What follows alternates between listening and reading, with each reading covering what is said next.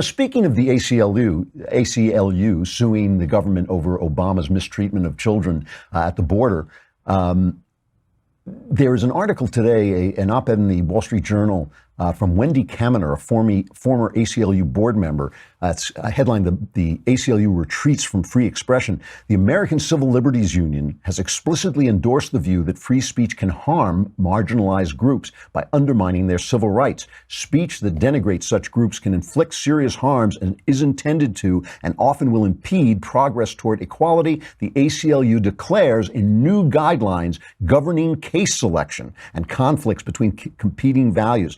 This is amazing. The ACLU, who once defended Nazis in Skokie, Illinois, I believe it was, they defended them saying, look, free speech is free speech. You don't have to like it, but you got to let it go. They are changing that, essentially. The 2018 guidelines claim that the ACLU is committed to defending speech rights without regard to whether the views expressed are consistent with or opposed to the ACLU's core values, priorities, and goals. But directly contradicting that assertion, they also cite as a reason to decline taking a free speech case the extent to which the speech, this is a quote from them, the extent to which the speech may assist in advancing the goals of white supremacists or others whose views are contrary to our values. So we will defend anybody except people we disagree with. And this is it is a perfect example of what is called O'Sullivan's first law. Pal of mine, John O'Sullivan, a great conservative journalist from England, his law is all organizations that are not actually right-wing will become left-wing over time. And this is true. And the reason it's true is two reasons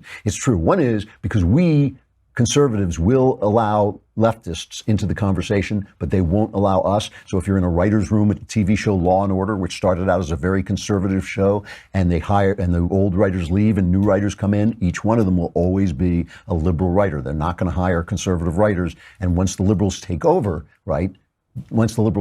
they will not hire conservatives. Conservatives will say, sure, let a liberal in. He'll give us another point of view. But liberals will not say that. I call them liberals, leftists, because there's nothing liberal about them. The other thing is that leftism is a form of decay. Leftism is a form of making all things equal. All things are equal when you are dead. When your civilization is dead, everybody's equal. When you are dead, everything is equal. When people are alive, they strive, they succeed, they fail, they fall, they get ahead, and it's all unequal. Everything is up and down. It just looks like a skyline of a city. That's what life is like. That is a living thing. Freedom is alive. Equality, leftism is dead.